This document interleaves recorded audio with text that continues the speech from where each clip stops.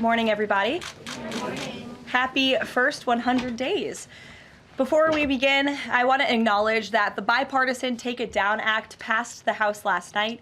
This important legislation was championed and guided through Congress by our wonderful First Lady, Melania Trump, including through her direct advocacy on behalf of survivors during her passage efforts.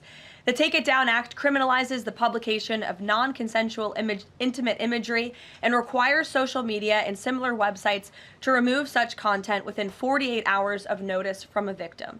The First Lady thanks all those who voted in favor of this important legislation, and the President looks forward to signing it when it arrives on his desk. Today officially marks 100 days of promises made and promises kept by President Trump. This has truly been the most historic start to a presidency in American history. After building the greatest economy in the world in his first term as president, President Trump is in the process of doing that all over again. The American people trust in President Trump. Since his first day in office, President Trump has focused on defeating the Biden inflation crisis, bringing down the cost of living, and making the United States the best place in the world to do business, invest, create jobs, and innovate. And President Trump's efforts are working. 345,000 jobs have already been added since the start of President Trump's term. Last month's jobs report saw nearly 100,000 more jobs than economists predicted, and it was the fourth highest month for private payroll growth in the past 2 years.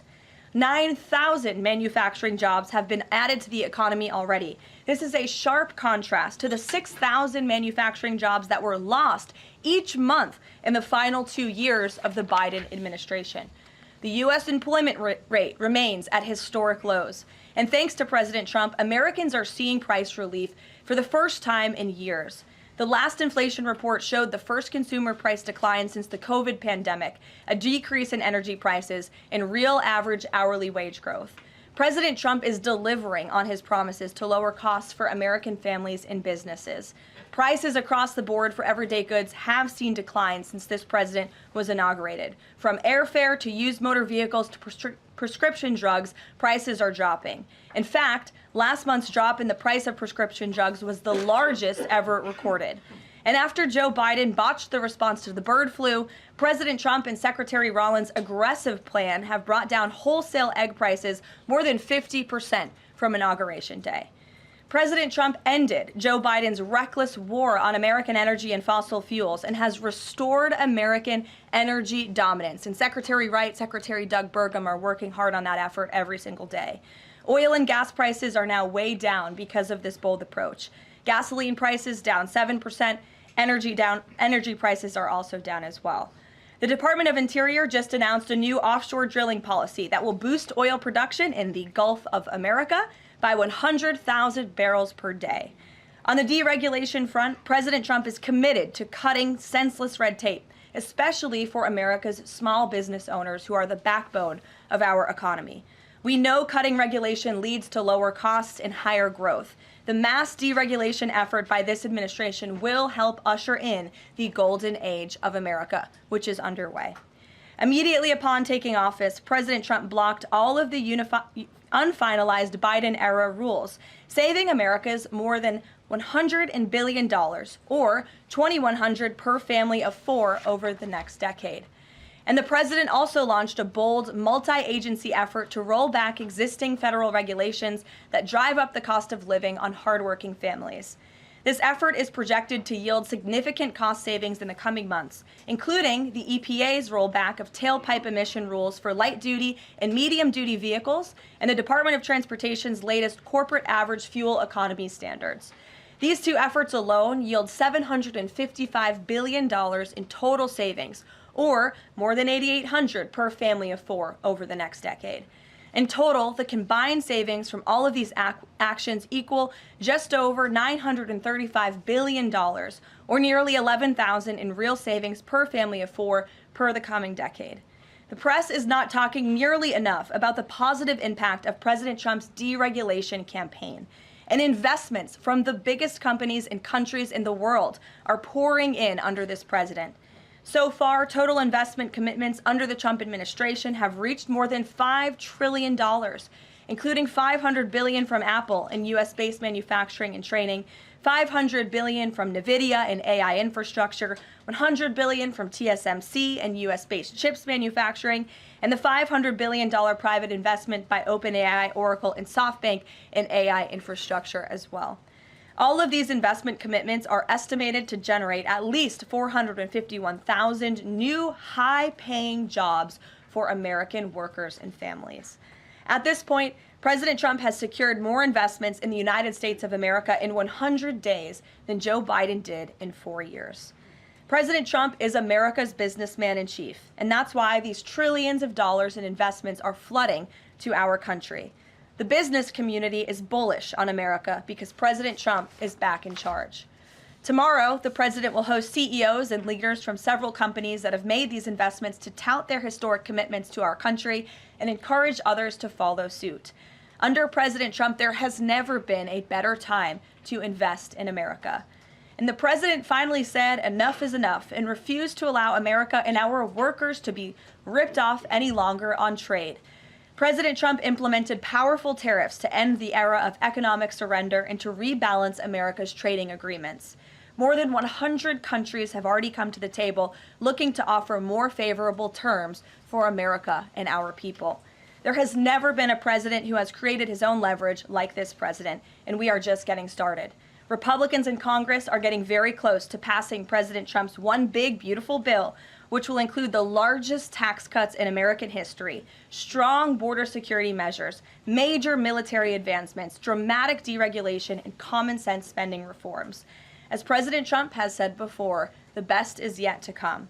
For more on President Trump's economic successes so far and the plans ahead, I want to pass it off to our incredible Treasury Secretary, Scott Bessent, who is here today, and we will open it up to questions. In our new media seat, we have Brendan Peterson, the financial services reporter for Punchbowl News. Punchbowl News covers power, people, and politics based in Washington, D.C., laser focused on Capitol Hill, the politics of legislating, founded in 2021, and it is the first newsletter that Capitol Hill and the White House reads every morning in the middle of the day and throughout the evening. Thanks for being here with us, and we'll start with you today.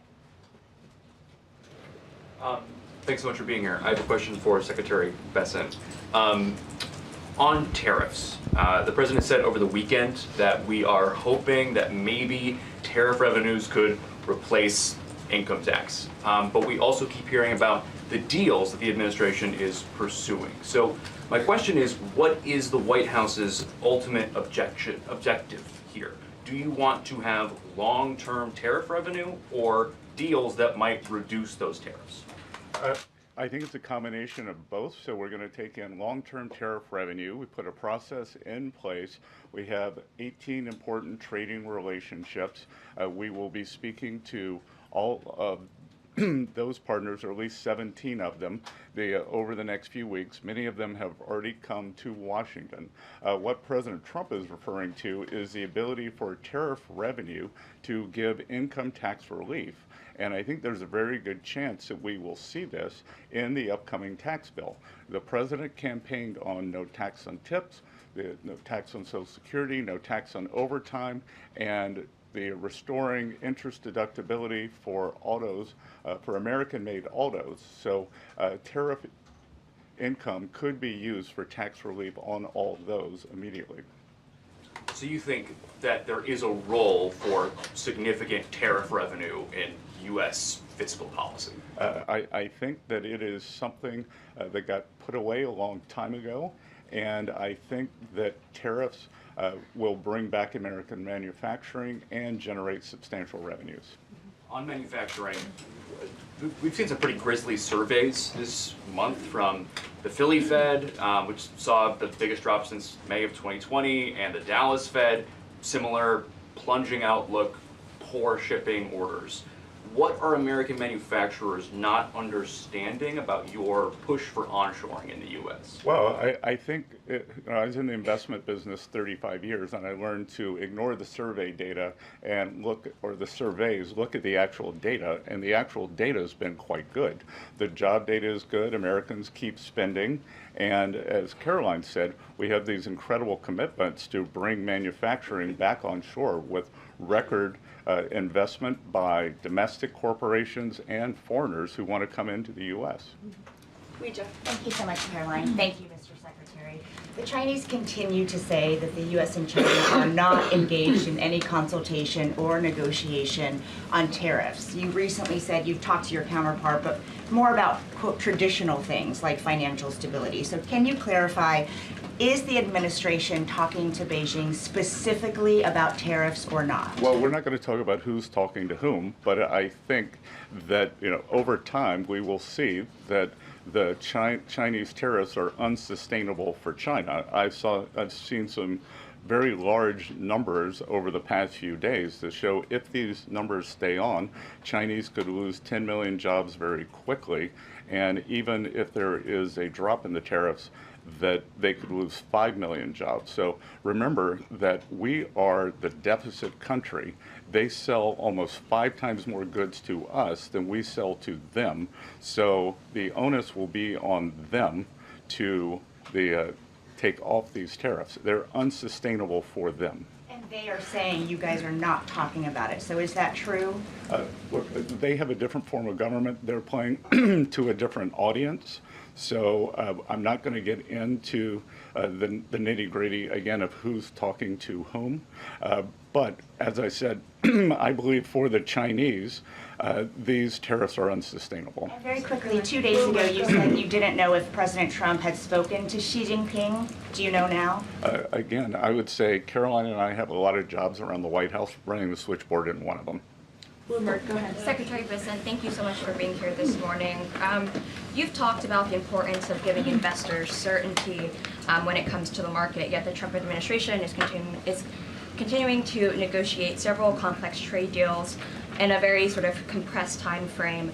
When do you expect you'll be able to give the market some certainty around those deals? Do you have a deadline? Is it the 90-day pause? What are we looking at here? Good question. And I think one thing that has been a little disconcerting for the markets is, President Trump creates what I would call strategic uncertainty in the negotiations. So he is more concerned about getting the best possible trade deals for the American people. We had 4 years of bad deals for decades of unfair trading, and we are going to unwind those and make them fair. What we are doing is we've created a process. I think the aperture of uncertainty will be narrowing, and as we start moving forward announcing deals, then there will be certainty. But certainty is not necessarily a good thing in negotiating. Mr. Secretary, last night there were reports on the administration sort of walking back a little bit on the auto tariffs. Can you sort of just elaborate on that decision there and what we can expect going forward, and why sort of the shift in those auto tariffs? Well, President Trump has had meetings with both domestic and foreign auto producers, and he's committed to bringing back auto production to the U.S. So we want to give the automakers a path to do that quickly, efficiently, and create as many jobs as possible. Jasmine. Thank you so much, Caroline. Thank you, Secretary. Back on China, does the administration anticipate supply chain shocks or supply shocks coming now that cargo shipments from China are significantly down? And if so, are there plans in the process of how to address that? I wouldn't think that we would have supply chain shocks, and I think retailers have managed their inventory in front of this. I speak to dozens of companies, sometimes daily, but definitely weekly, and they know that President Trump is committed to fair trade and have planned accordingly. And then second question, can you outline the timeline for when you think some of these deals, particularly with your Asian countries like India, Japan, South Korea, you may have an announcement? I'm glad you brought up our Asian trading partners and allies. They have been the most forthcoming in terms of doing the deals. As I mentioned, Vice President Vance was in India last week. I think that he and Modi made some very good progress, so I could see some announcements on India. I could see the contours of a deal with the Republic of Korea coming together, and then we've had substantial talks with the Japanese. Andrea. Secretary Bessent, just continuing on the path of the sort of progress.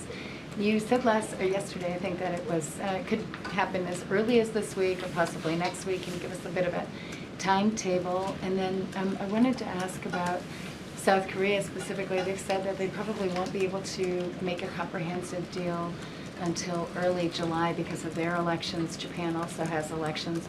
And to what extent are domestic factors complicating your efforts? Canada just had an election.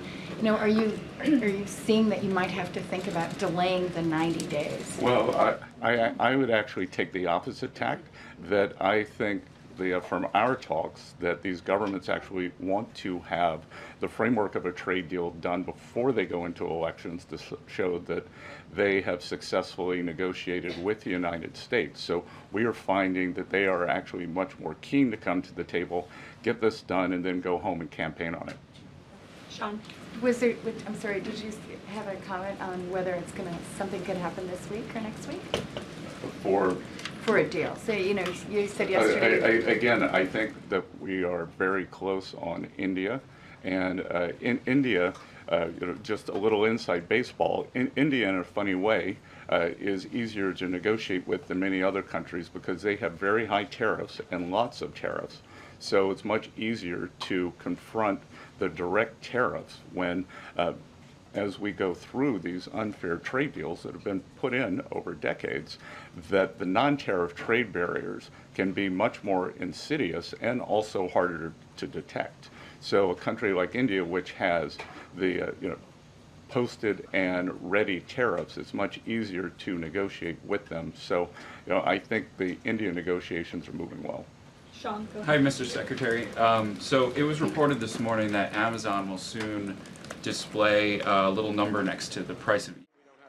President Trump wasted no time shutting down federal DEI programs. The first item that President Trump is signing is the rescission of 78 Biden-era executive actions. On day one, just hours after taking the oath of office, Trump signed an executive order eliminating all Biden-era DEI programs from the federal government. The following day, Trump directed the Office of Personnel Management to notify the heads of agencies and departments to close all DEI offices. He also signed another executive order ending DEI hiring at the FAA. You only want the best and the brightest because that's what takes you home to your family. Trump issued more executive orders aimed at ending alleged sex and race-based discrimination through DEI programs in the workplace and schools. In February, the Department of Education warned state education boards they need to remove DEI policies or risk losing federal funding. They're allowing people into school that can't do math, and yet kids who've worked really hard and #1 in their class in a high school someplace in New Jersey or in Mississippi, they can't get into the best schools. After Trump's election and before he took office, the FBI took it upon themselves to shutter the Bureau's DEI office. The Department of Defense recently created a task force to assess progress of eliminating DEI in the armed forces. Secretary Hegseth has completely wiped out DEI from the Pentagon as well, and so he's going to remain focused on standing up for our war fighters. The private sector seemingly taking the government's lead. Since Trump won the 2024 election, Meta, McDonald's, Ford, John Deere, Lowe's, and Toyota all canceling their DEI programs. Opponents to the president's DEI policies are using the legal system to hit back. 19 states have filed a lawsuit against the White House over their orders ending DEI in public schools. In Washington, I'm Kayla Gaskins. Well, some large banners are being hung tonight on a pedestrian bridge in Little Rock in protest of the Trump administration. Let's take a look right now. This is a live look, in fact, at that bridge that spans Interstate 630 just west of the Woodrow Street overpass. You can see protesters on that bridge. They're also carrying signs along the access road during rush hour this evening. This demonstration is organized by a group that calls itself the People's Protest and Marches of Arkansas. They've been behind multiple anti-Trump protests here in the capital city. Mark, thank you. Congress hopes to get one big, beautiful bill to the president's desk by Memorial Day. That includes permanently extending Trump's 2017 tax cuts. So now with the tax season officially behind us, can GOP lawmakers get this done? And why haven't they done so already? Joining us now to discuss this is the Executive Vice President of the National Taxpayers Union, Brendan Arnold. Good morning, sir. Happy Monday, Good morning. if there is such a thing. Let's start with why most GOP lawmakers are committed to getting this done. How were the 2017 tax cuts a success? Yeah, I mean, it feels like a long time ago, but when you look back at 2018 and 2019, the economy was doing really, really well. Wages were up. The average American saw their wages go up by about $6,000 over a 2-year period. Inflation was low. We got inflation below 2%. The economy was booming, creating jobs, pushing wages up. All of these good things were happening. We can't attribute that all to the tax cuts, but obviously that had a major, major role in economic stimulation, in getting the economy roaring. And we need to get back to that point because the tax bill is expiring, or most of it is expiring at the end of this year. Brandon, give us some of the key policies from the Trump tax cuts set to expire if Congress fails to act. Yeah, I mean, one of the big ones is the child tax credit. The bill doubled the child tax credit. So if you have a kid 17 or younger, that's $1,000 extra per kid that you saw as that bill took effect. The standard deduction was also doubled. So that actually wiped out the entire tax liability for a lot of working class Americans. But for virtually everybody, it provided a tax cut and tax simplicity because it allowed people to take that standard deduction rather than having to itemize their taxes, which is a much more complicated, protracted process. So I think those are the key provisions. There's a lot of great stuff in there, obviously, for the business community as well. I was going to say, yeah, the business community. I was just reading here, 26 million small businesses would be hit with a 43.4% top tax rate. That's insane when you think about how much that's going to cost a small business owner. And that's a lot of America, a lot of entrepreneurs that were, that came about as a result of the pandemic. So some significant tax increases if this does not get pushed through. Now, some economists say for the future, if they are extended, it's going to fuel significant economic growth. So what are some of those projections? Yeah, I mean, we're talking about hundreds of thousands of jobs. The Tax Foundation says almost 900,000 jobs created if we are able to lock in permanence here for the Tax Cuts and Jobs Act. That's enormous. And with those extra jobs comes, of course, wage increases for people that are continuously employed. So pushing up wages, creating more jobs. We called the bill the Tax Cuts and Jobs Act in 2017 for a reason, because it is so important to job creation to keep those taxes low and maintain competitiveness across the globe at a time of considerable uncertainty. Yeah. Billions of dollars also in new investments and what's called these opportunity zones, which represent the poorest neighborhoods and communities, as we know, in our country. So even investments, there's more talk about investments coming to some of these areas if these are in fact passed. Now, the next few weeks will be crucial. So talk about that and why it's been so challenging up to this point with some of these GOP lawmakers to get on board with this. Yeah, we see a lot of Republicans pulling this bill in different directions because it does so much. It's not just about taxes, of course. It's about the border. It's about fiscal responsibility. It's about energy independence. So you see some Republicans from high tax states like California, New York, New Jersey, trying to increase the state and local deduction. That really benefits rich people in their state and few other people. So hopefully they're not super successful. You see the fiscal hawks having a huge impact on this debate. We have a $37 trillion national debt now. So we do need to extend these tax cuts, but we can do so in a fiscally responsible way. So we're not adding trillions more to the national debt. I think their voice is going to be very loud throughout this, and thankfully so. Very quickly, I just want to ask you very quickly about that, because wouldn't economic growth cover some of those deficit increases? It would cover some of them, but not all of them. So we need to make responsible reductions to spending at the same time that we're extending good tax policy if we're really going to minimize the deficit impact. Growth will help us, but it's not going to get us all the way there. Also, talk a little bit about how this pro-growth tax cuts, why this is the best way to stabilize the economy. Well, it's one of the best ways. I think, growth oriented with some of the investment provisions is going to really get the economy back going. That's what was the key portion of the 2017 law, was incentives to invest in capital goods. So machinery, heavy equipment, and so forth, that's really what produces the most economic growth. And that's one of the provisions of the law that's already started to expire, which is why I think we're starting to see a slowing of economic growth. So getting those incentive provisions back on the books is absolutely critical. We haven't been able to do so thus far, but making sure we're doing R&D, investments in machinery and manufacturing and so forth, that's really at the centerpiece of the growth associated with this legislation. Executive Vice President of the National Taxpayers Union, Brandon Arnold, always great to have you on and get some of your expertise on this. We appreciate you. Thanks, Jen. Thank you.